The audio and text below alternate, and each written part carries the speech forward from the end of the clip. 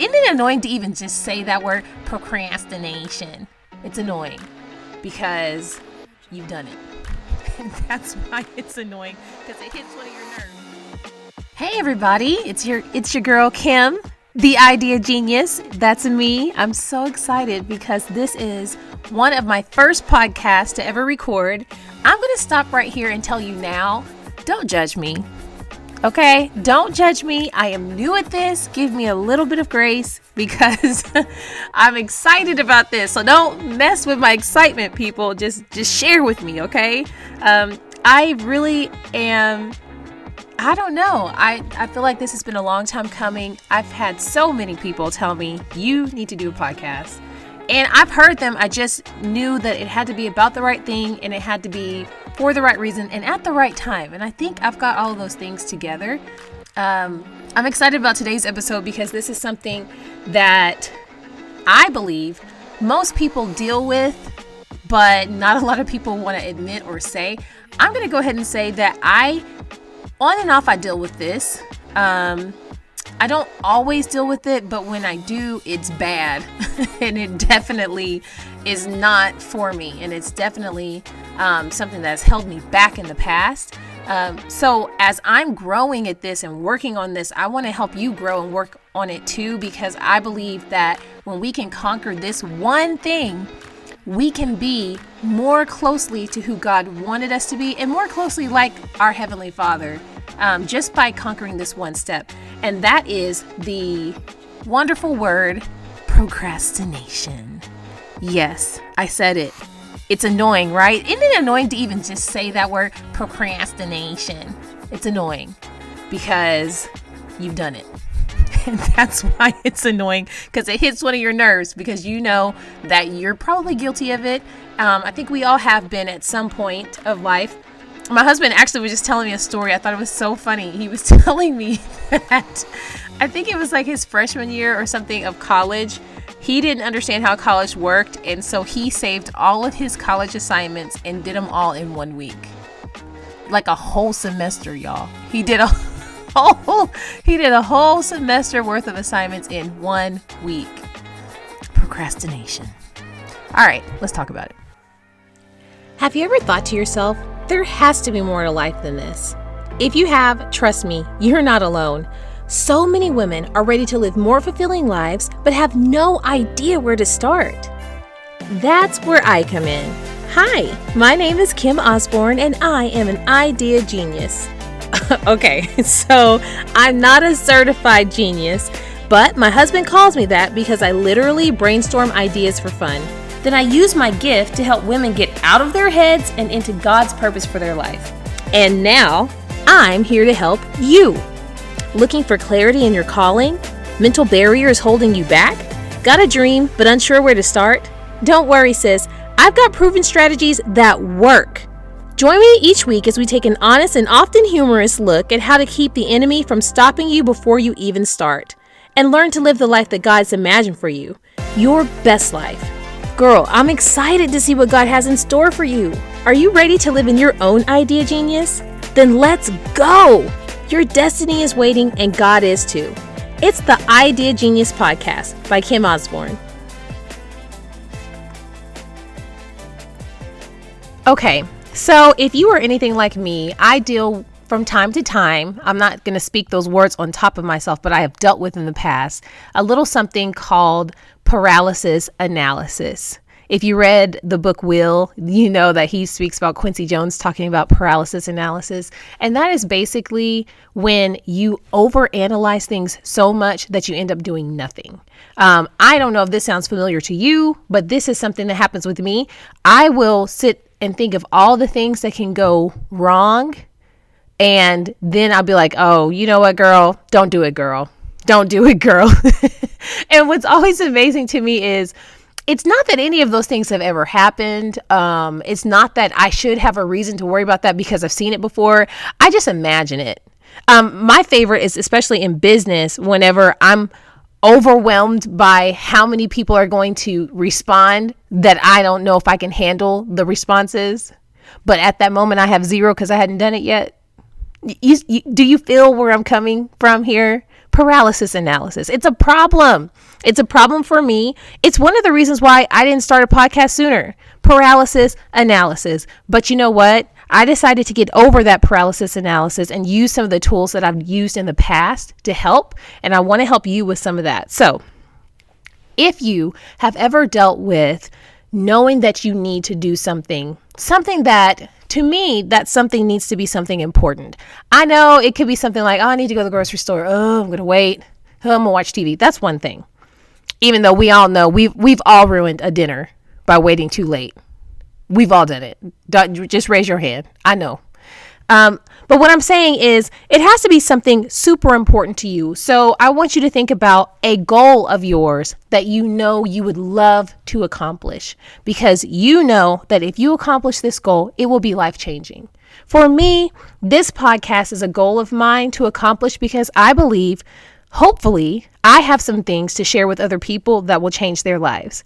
Therefore, it is important to me to follow through with this goal. So I want you to think about something in your life that is super important that you know is life-changing for you or other people, particularly if it's life-changing for the kingdom. And I want to talk to you about how you can overcome that fear that you have that's holding you back, the thing that's keeping you from following through and getting it done. And, you know, I was listening to some information the other day, and it was, oh gosh, it was so good. I want to share with some of y'all, but it was talking about processes and the importance of process.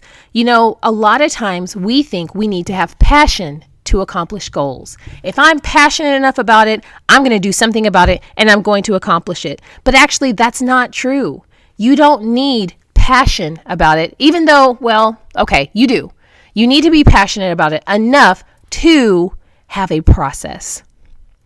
You need to be passionate enough to have a process, because the process is what's actually going to get you there, not the passion.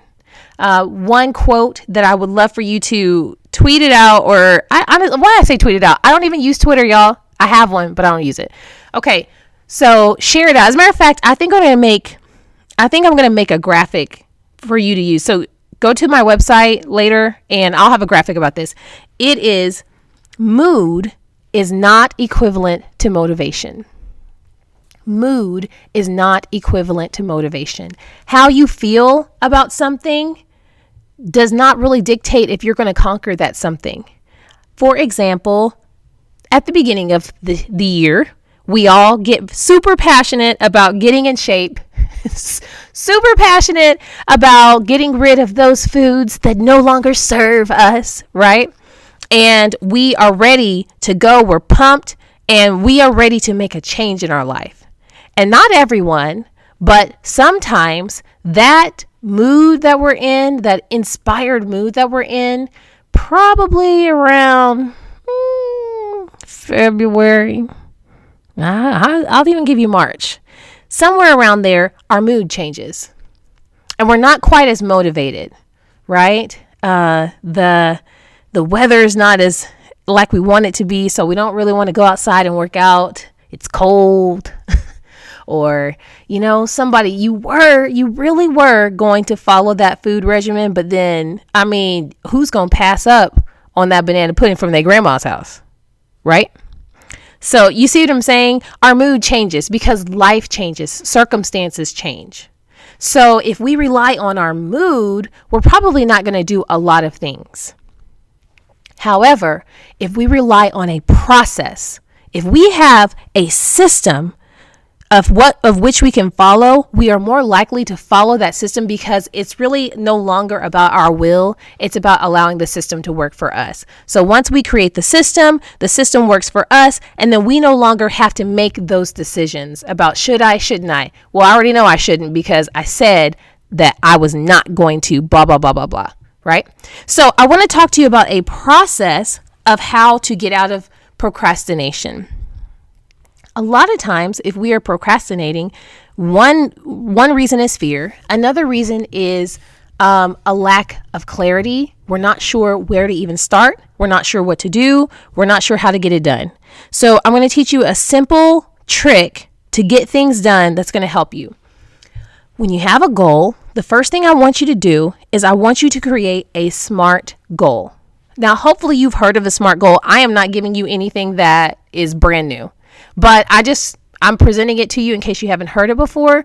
And I'm also hoping that I can give it to you in a way that you never seen it in that way before, right? So a SMART goal, SMART is an acronym. S stands for specific. M stands for measurable. A stands for attainable.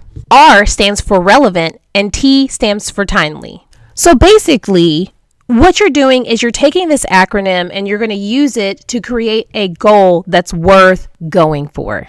Any goal that you have is not really worth going for unless you are extremely specific about it. In other words, if you say, I'm going to lose weight in 2022, girl, watch me, girl, I'm going to lose weight. That's one thing. It's another thing to say, I'm going to lose 50 pounds in 2022. Just watch, I'm going to lose 50 pounds. Well, now people can already know that by the end of 22, if you did it or you didn't, right? Because you know it's 50 pounds. But listen to this. What if I said, I'm going to lose 20 pounds because it's important for me to be able to fit into my bridesmaid's dress for the wedding coming up, and I'm going to have to get it done by June because the wedding is in July. Well, now we've gotten a little bit more clear. Now we know we probably need to hustle because we need to be done by June because the wedding's in July. Whereas before we were giving ourselves an unspecific time, an unspecific amount. We were really pretty vague about it. The more vague you are, the less likely you're going to do it. So a SMART goal is basically just a guide to help you make sure you know how to accomplish the things that you say you want to accomplish. It's awesome. It works, y'all. I'm telling you, it works. So basically, the S specific is you're going to be super specific about what it is that you're trying to accomplish, like what we talked about. M, there has to be something measurable. You got to give a number. Okay? So you have to give an amount. You have to give some kind of number that lets us know that we reached it or we didn't. All right? A, it needs to be attainable, achievable. In other words, it is not likely that you're going to lose 300 pounds in a month. Okay? And I'm not trying to hate, but So it needs to be something that's actually doable. You know it's possible. You've seen it be possible. You know what I mean? Because if not, if you put something out there that is truly impossible, you're setting yourself up to let yourself down. And we don't want that. We're not about that life. Okay? So make sure it's achievable. Are relevant. You notice how I said, because I'm trying to fit in that dress for the wedding in July? That's my relevance. That's my why. It lets me know, okay, I have to do it because I have a reason why I'm going to do that. And when it gets hard, when my mood changes, I'm going to rely on this reason why I got to keep going. And T, timely. Give it some kind of target date so that you know when you're going to accomplish that. And that way, you know, once you reach that target date, if you have met your target or if you need to re-aim your target, right? So make sure you have a SMART goal. That's how this whole process starts. Whenever you're ready to stop procrastinating, you need to create a super specific SMART goal so that you are ready to take this thing by the reins. But we're not done yet, y'all. We're not done. Okay, so I'm going to let you guys in on a little secret. Remember I told you I was going to create some graphics and you could download them? I totally did that. But when you see them, you're going to be shocked at how nice they look. I mean, they look legit. And your girl did them all by herself. I know what you're thinking. Kim, you're not a graphic designer. I totally know that. But there's this software called Canva, guys. Canva. Canva has changed my whole life. It makes me feel like I'm a designer, even though I'm not a designer. So I totally want you to check those out because if you like the graphics that I made, you can make some too. It's super, super easy, super simple. All you have to do really is pick a template and type in words. It's done. So if you're interested in using that for your business, I totally recommend it. Go to kimosborne.net/Canva, Canva, and I will give you all the details on how you can be a designing pro like me. The next step in getting rid of procrastination, we created a big goal, a SMART goal, and now we have to create baby goals. Okay? So it is one thing to say you're going to lose weight, but a baby goal is basically what are the steps that it's going to take for that to be a possibility for you. So with a baby goal, you're going to take that big goal and you're going to break it down into bits and say, okay, what does that mean? Well, I'm going to have to get an eating plan. I'm going to have to get a workout plan. I'll need an accountability partner. And I will definitely need a water plan. I'm not health and fitness expert. I'm not one of those, but I'm just giving you an example. For me, with this podcast was my big goal. So I broke it down into baby goals. I was going to need to get podcast art. I was going to need to get my software. I was going to need to record my intro. I went through all the things. I was like, okay, you're going to have this, and this for that to actually even happen. Okay. If you don't know what you need for it to happen, then your next step is you're going to have to do a little research. There's a little thing I've heard of called Google. So don't come at me talking about you don't know what to research. I don't know how to find that. Y'all, there's a million things on Google and YouTube. Serious business. And if you don't want to go there, if that's too sophisticated for you, go to Instagram. You can learn a lot from an Instagram reel, okay? A ton. So I say all that to say we're not about making excuses. We're about making a difference, right? So you're going to map out your baby goals. You get your big goal, map out your baby goals, and then you're ready for your last step. Your last step is for you to create bitty goals. I just like saying bitty because it reminds me of bitty bitty bum bum. And that reminds me of Selena. Anything for Selena's. How do I get to these places? I don't know. But anyway, let's come back. A bitty goal is basically taking those baby goals and breaking them up into itty bitty steps. Okay? So if I say that my goal is to get a workout plan, well, that sounds cool, but I'm not ready to work out yet, right? I need to know, what does it take to get a workout plan? Well, that means I'm going to have to research an expert. I'm going to have to figure out how much does it cost and can I afford that? How can I afford that? We'll talk about that another time.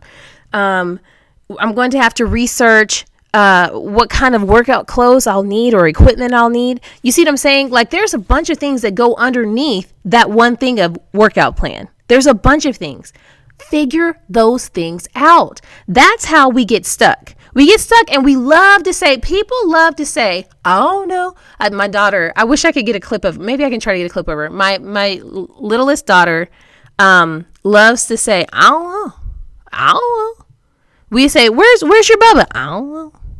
And you know what? Y'all, sometimes we sound like that. Hey, how are you going to lose weight? I don't know. Because it's easier to say, I don't know, than to try to know. It is so much easier to say, well, I didn't know how to do it, so I couldn't do it. I couldn't. No, you couldn't because you didn't try. So we're going to wipe out the excuses and say, okay, let me break down every teeny tiny little bitty step so that I can make this thing possible for me. Okay? And in order to do that, you have to be willing to go there, take the time, do the research, ask the questions, make the phone calls, send the email so that you can get it done. You can do anything that you try to do. You can't do one thing that you don't try. Okay? There's another quote that I love, and I think I'm going to make a graphic for this one too. It is, action is professional, but inspiration is amateur. When I heard that one, it stung me to my core. Okay, I'm going to be honest. It stung me to my core because I'm a quotes person. I love to be inspired. But if you think about it, your inspiration leaves pretty much when you walk out the door somewhere and then life happens, right? And you start talking about where we're going to dinner and stuff like that. And you're not as inspired as you were when you were in the door getting the information. That stuff, inspiration, that's cool. But action, That's what the pros do. That's the person that you look up to, the person that you're like, I want to be like that someday. They didn't sit down and just say, wow, that would be great someday. They said, well, what do I got to do to get that? And they did it. And they did it. Okay? So that's basically it. You know, you have the 3 steps, the big goal, the baby goal, and the bitty goals. And if you can do a big, a baby, and a bitty, then you already have a process of which to get you started and get you out of the slump of procrastination. You guys, thank you so much. Thank you for listening. I appreciate you being here. You don't know how much it means to me.